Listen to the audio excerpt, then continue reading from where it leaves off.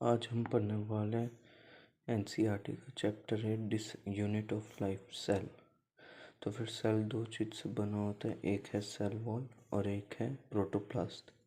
जो cell wall होती है वो आउटर मोस्ट लेयर होती है सेल की, उसके अंदर होता है प्रोटोप्लास्ट। जो प्रोटोप्लास्ट है वो बना होता है दो चीज़ों से, सेल मेम्ब्रेन और प्रोटोप्लाज्म। जो प्रोटोप्लाज्म उसे ही एंडोप्लाज्म कहते हैं। ये जो प्रोटोप्लाज्म होता है वो होता है साइटोप्लाज्म प्लस न्यूक्लियस। साइटोप्लाज्म होता है जो कि लिक्विड पाथ होता है, जिसके अंदर सेल ऑर्गेनेलीज फिर ड्यूटोप्लाज्म ये सारी चीज़ें तैरती हैं। जो न्यूक्लियस होता है वो बेसिक चार चीज़ों से बना होता है। वो चार चीज़ें हैं न्यूक्लियस मेम्ब्रेन, उस न्यूक्लियस की आउटर मोस्ट लेयर, उसके अंदर न्यूक्लियोप्लाज्म, उसके अंदर जो उलझे हुए धागे होते हैं कुछ इस तरह से, उन्हें बोलते हैं क्रोमैटिन। और क्रोमैटिन के बाद आता है न्यूक्लियोलस जो कि सेंट्रल पार्ट होता है।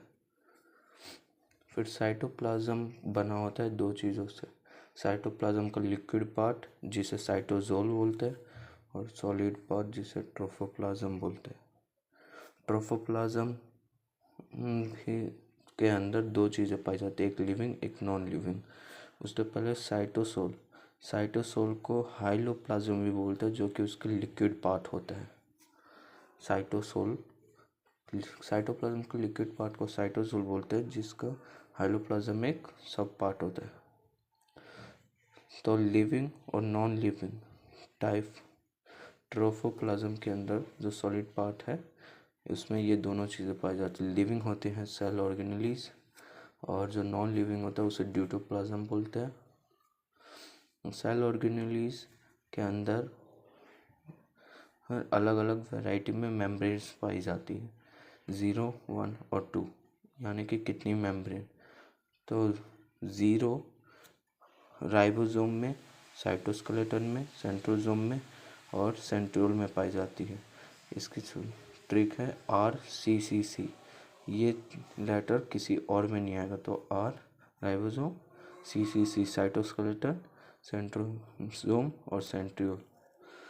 जो दो मेम्ब्रेन जिसमें दो मेम्ब्रेन पाई जाती है आउटर मोस्ट कवर, तो वो पाई जाती है सिर्फ और सिर्फ माइटोकॉन्ड्रिया और प्लास्टिड में, उसके सिवा ये किसी में नहीं पाई जाती। और बाकी के बचे हुए में बस एक ही मेम्ब्रेन पाई जाती है जो कि है endoplasmic reticulum, lysosome, vacuole, Golgi body, cilia और फ्लैजेला।